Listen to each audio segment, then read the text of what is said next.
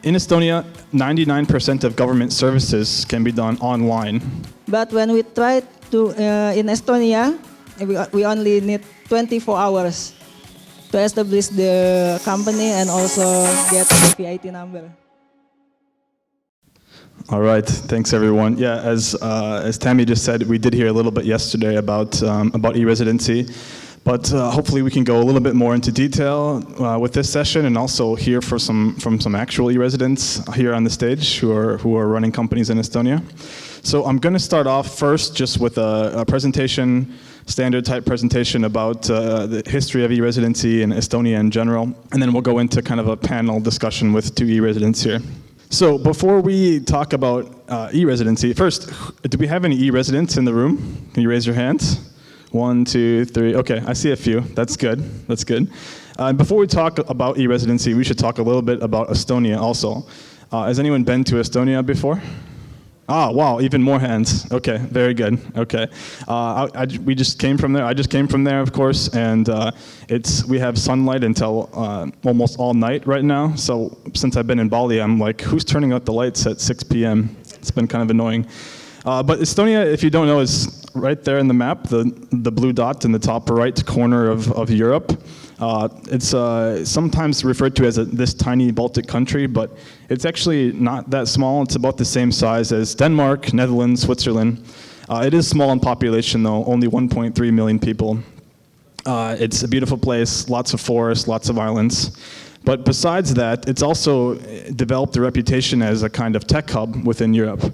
I don't like to use the Silicon Valley of Europe, but if you like that description, that's one that it often gets. So I'm sure all of you have used Skype. That's came from Estonia, is developed in Estonia. There's some controversy between a few countries, but Estonians claim it as their own. TransferWise, please tell me you've all used TransferWise. That's another Estonian company, just really the biggest fintech in Europe now. Taxify, which is now called Bolt, actually. That's another company. So all these top companies have come out of a small country like Estonia, so really incredible. And besides that, Estonia also has another nickname called e-Estonia. In Estonia, 99% of government services can be done online. And this happened as a result of Estonia was occupied by the Soviet Union for over 50 years. And when they regained their independence in 1991, they, from the beginning, have done everything digitally. So they took this opportunity to kind of start fresh and do everything digitally from the beginning. This really happened, and it was accelerated in 2002 when the country launched digital ID cards for its citizens and residents, meaning that now government services could be securely accessed with your secure digital identity. And of course, internet is a social right in Estonia, one of the few countries that actually enshrined in the law that it's a social right. And as we'll talk about more, Estonian companies can be run entirely remotely, and that's why we're here. So e-Residency. So as I just mentioned, Estonia has spent 25 years developing these services for their own citizens and residents. All these digital services online. I got a new dog, puppy, 2 years ago. And when I brought her home, I registered her online with the system. When babies are born, they're automatically enrolled for certain programs. So these things work seamlessly. Maybe some of you are having visions of Orwell in your head, but it's really about trust, I think. And this is why Estonians really believe in their system. But because they've invested all this time in building these processes and systems for their own citizens, they only have 1.3 million people in Estonia. So how do you actually scale this up? So that's when e-Residency was born.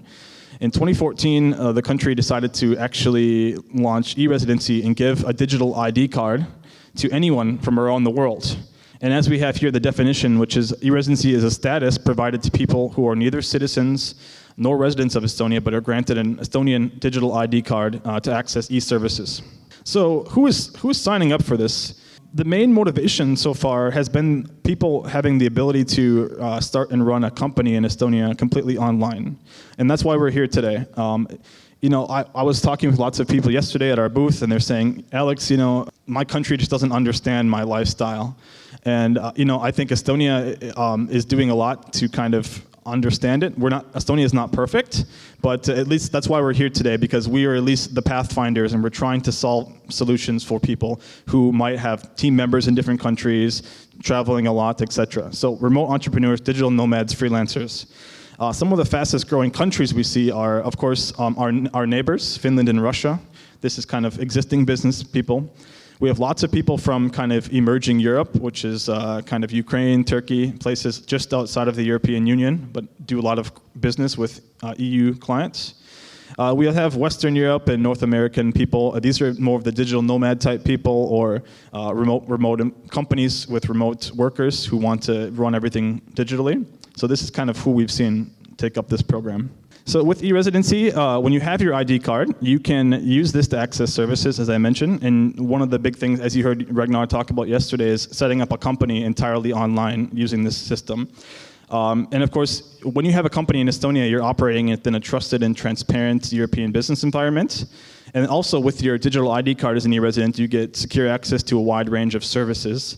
There are many services in Estonia where you can use your card to access. Who's ever had the problem when they're traveling and they have a different SIM card in their phone and they need to log into a system and then they get an SMS and they don't have the right SIM card in that phone? Yeah, this is the problem, right? So I'm not saying this completely solves that, but it does go a long way to helping solve that issue. And of course, digitally signing contracts and documents for your company as well. So who here also has had the experience of been abroad and their accountant calls them and says, hey, I need you to sign this document and you're in the beach or at a co-working space and you're trying to print and you need to find a post office and you need to mail it and you pray it gets there from your small village post office wherever you are. Okay. Very specific example maybe, but I've heard this a few times. So the growth of the program, we've had 60,000 e-residents from 160 countries, and we have those e-residents have set up 6,000 companies in the country.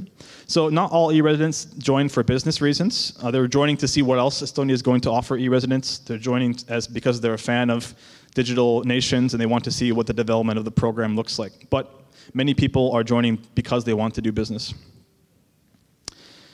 I'm jumping ahead of my own slides here, but this is some of the problems we see with highly mobile entrepreneurs. We worked with a group of anthropologists in Estonia recently to kind of talk to people who are highly mobile entrepreneurs or digital nomads, and we found out a few problems. Business administration is expensive, difficult while traveling. Estonia has reasonable company costs. Online services are difficult to access. This is the example I mentioned about the SMS and accessing your accounts. And needing to print and sign documents. So how do you get started? How do you get started with e-residency and setting up a company? So to become an e-resident, you gather the documents for your application, which is your existing photo ID. There's a secure online form. Because it is a government-issued ID card, you do need to collect the ID card. I have a mistake in my presentation. The last place I was in Turkey, so it says Embassy in Ankara here, but it's not only in Ankara. Ankara is a lovely place, but you don't need to go only to Ankara. There's a number of embassies around the world. Unfortunately, in this region, we are limited. You have to go to Singapore or maybe Japan or also to Delhi, probably the closest ones, or Beijing. But we're trying to expand in this region as well. We're trying to have a pickup location in Bangkok very soon, perhaps in Jakarta. So. But once you have this ID card in hand, it's good for 5 years, and you can start accessing services. Then to start a company online, you choose a business service provider to get your local address. So one office is here, they're an Estonian company, and they're one of a company who offers that. You can talk to them after. Or on our website, we have a marketplace where there's lots of these services.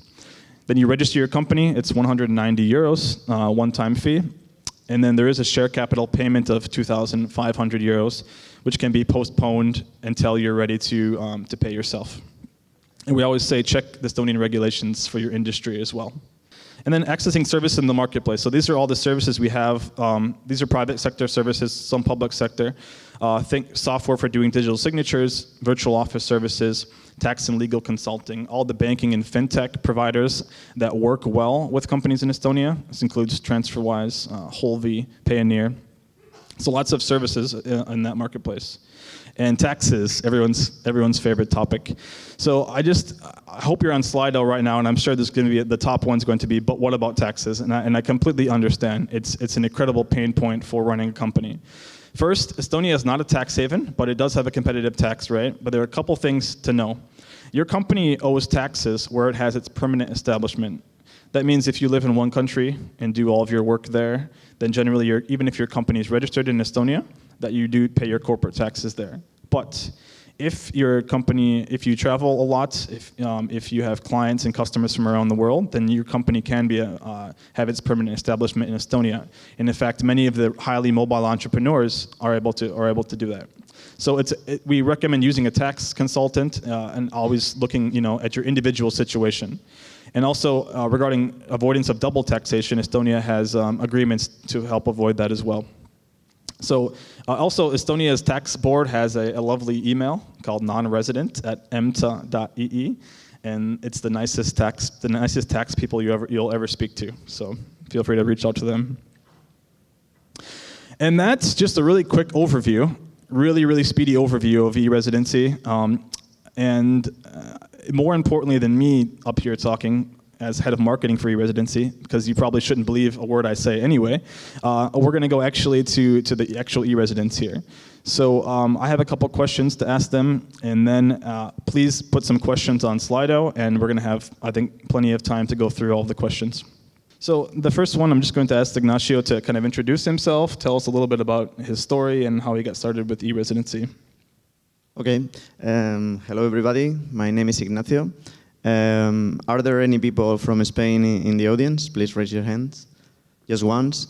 Just one. And the reason why there's only one person in the audience who is from Spain is because in Spain we are taught to not be entrepreneurial people from at school. The dream job in Spain is to work for the government or work for a big company, get good grades, go to college, enter a big company, work there for 40 years, and then retire. And that's the dream I was sold. So I found myself in 2012, like 7 years ago, like working in my cubicle. I was working for the government. I had like a very steady job, a well-paid job. My mother was happy. My friends were jealous. You made it, man. That was the dream, the Spanish dream. Only I was not happy. I had to go to the same gray office every day with the same gray people doing the same gray tasks every day, and through a traffic jam of 1 hour and back. So something was off for me. And then one Friday, looking outside the window of my cubicle, I saw like a lot of people like enjoying life, playing outside. It was Friday, warm Friday in Spain. And I was there at 6 p.m. working in my cubicle, and I decided that I had had enough. So next Monday I quit. And I started freelancing at first. I was a very proficient mobile developer back then. I started freelancing, getting my customers. So I started to get like some freedom. I was also exposed to the startup scene, so I started to transition to an entrepreneur. And also I was pushing towards a more remote, nomadic lifestyle. So we were starting to travel through Europe and outside Europe every year.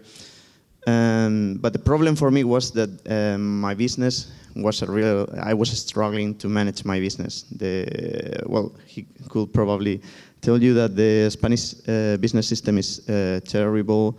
It has a lot of red tape, bureaucracy, paperwork. The tax system is very obscure, so you or your accountant are never sure that you're doing the right thing, if you can justify an expense or not, is this right or not.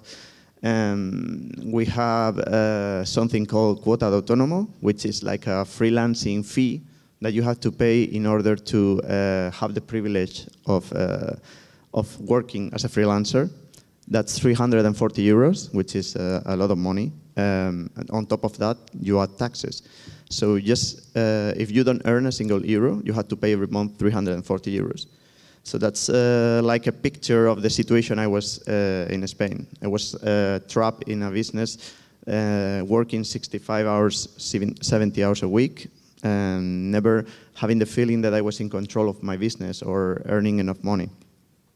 So as I was also traveling a lot more, we found ourselves in Latvia, and I was really struggling to keep my business going on in Spain while working remotely in that time in Latvia. And then I heard about this Latvian micro company system that I think does not exist anymore. So that was the first time I thought, oh, but what if I, open my business in a country that's not my home country? It had never occurred to me that I could do that.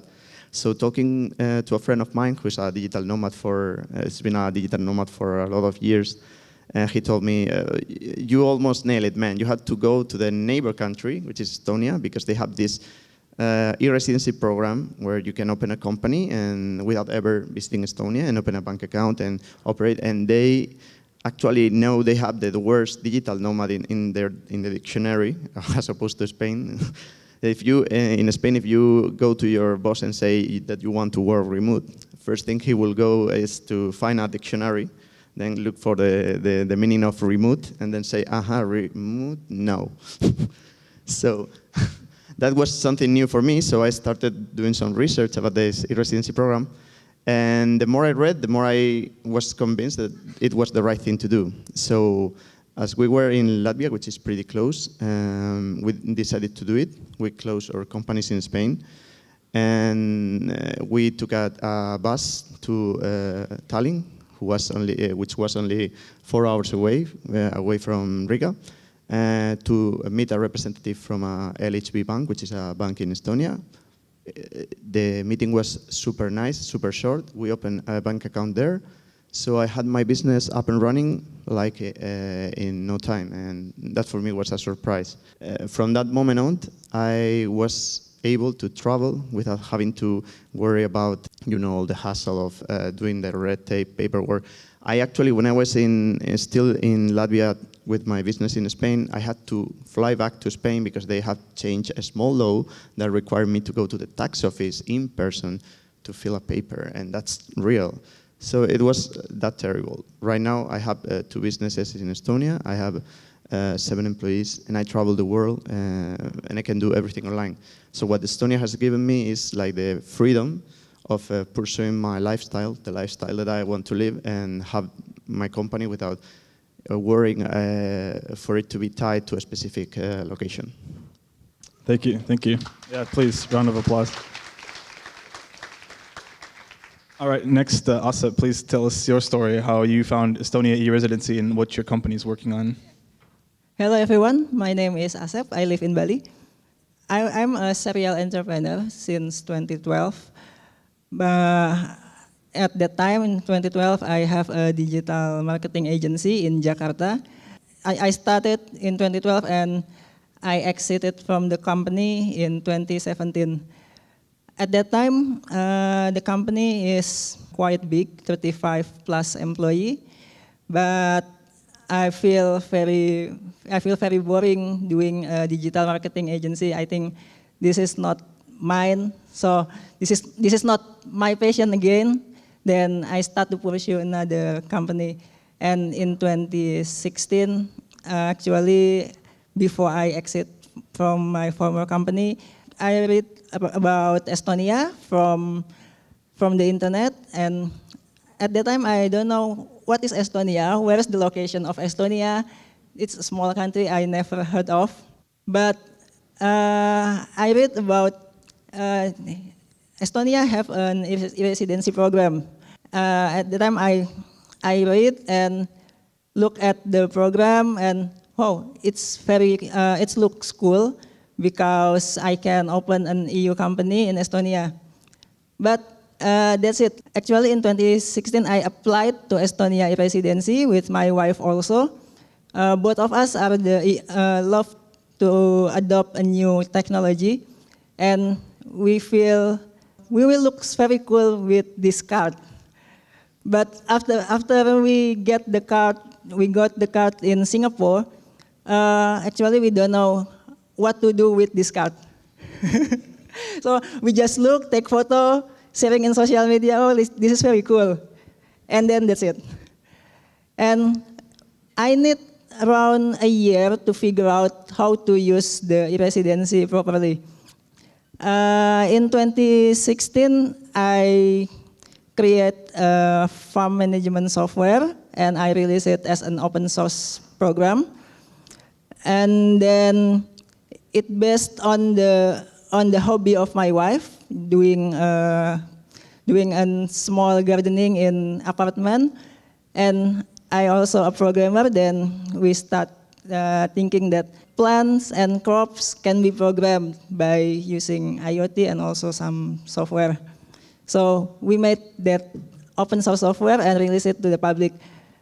And surprisingly, the software got many tractions from some EU countries and USA. And after a year of development in 2017, I decided to leaving my digital marketing agency and pursue this company. In 2017, that time, after seeing the data of the users, we're thinking that it will be better if we start to use our e-Residency card and open the company in Estonia, because we want to pursue the European market. Then we also established the company in Indonesia. So actually TaniBox have two legal in Indonesia as a PT and in Estonia as an OU. That's the difference between Indonesia and Estonia is to establish the company in Indonesia is take a long time. For the PT, PT of TaniBox is taking around 9 months to establish and also to get the tax number. But when we tried to in Estonia, we only need 24 hours to establish the company and also get the VAT number. It was very surprising us because 9 months versus 24 hours. It's really different. Currently, TaniBox, the year of TaniBox has established in 2 years, and we don't have any customer in Indonesia. So currently, we are focusing in EU markets, and we are not using our Indonesian company gain for now and start to focus in Estonia. And currently, we have a local partner in Hungary and also in Lithuania. And the team in TaniBox is only consists of 2 persons. We work with partners and some freelancers to make it lean.